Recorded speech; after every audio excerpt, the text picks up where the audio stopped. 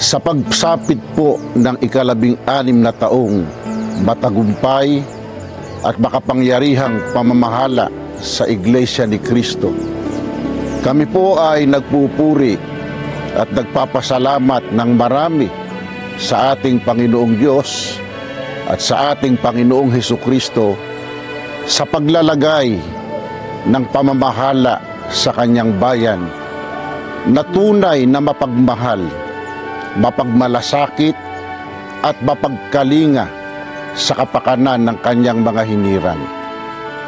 Mula po sa aming distrito, sa pangunguna po ng mga ministro at mga manggagawa, kasama po ng aming buong sambahayan, kami po ay nakikigalak at nagpapaabot ng aming taus-pusong pagbati at pagpapasalamat po sa inyo, sa inyong walang sawa, walang kapaguran na pangunguna at pamamahala sa kabuuan po ng Iglesia. Kailanman ay hindi po namin matutumbasan ang pagmamahal na sa amin ay iyong ipinadama. Mula sa umpisa ay hindi ka po tumigil. Sa amin po ay palaging nagpapaalaala.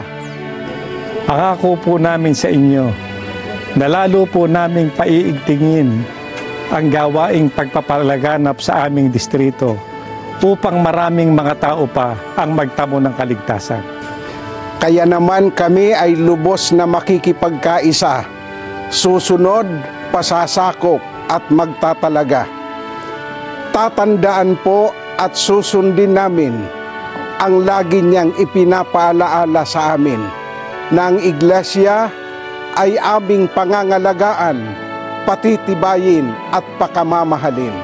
Sisikapin po namin na ang lahat ng mga kaanib po sa mga kapisanang pansambahayan ay patuloy pong makipagkaisa sa lahat po ng mga aktibidad para makarating po sa kasakdalan. Kapatid na Eduardo Manalo, maraming salamat po. Kitang-kita ang maraming tagumpay ng iglesyang inyong pinangungunahan. Marami mang pagsubok ang pinagdadaanan.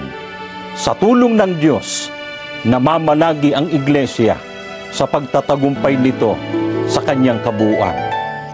Lalo po naming pag-iibayuhin ang pagre-recruit at pagtuturo sa mga mag-aaral sa banal na ministeryo upang makatuwang po ng pamamahala sa lumalawak na gawain ng banal na iglesia.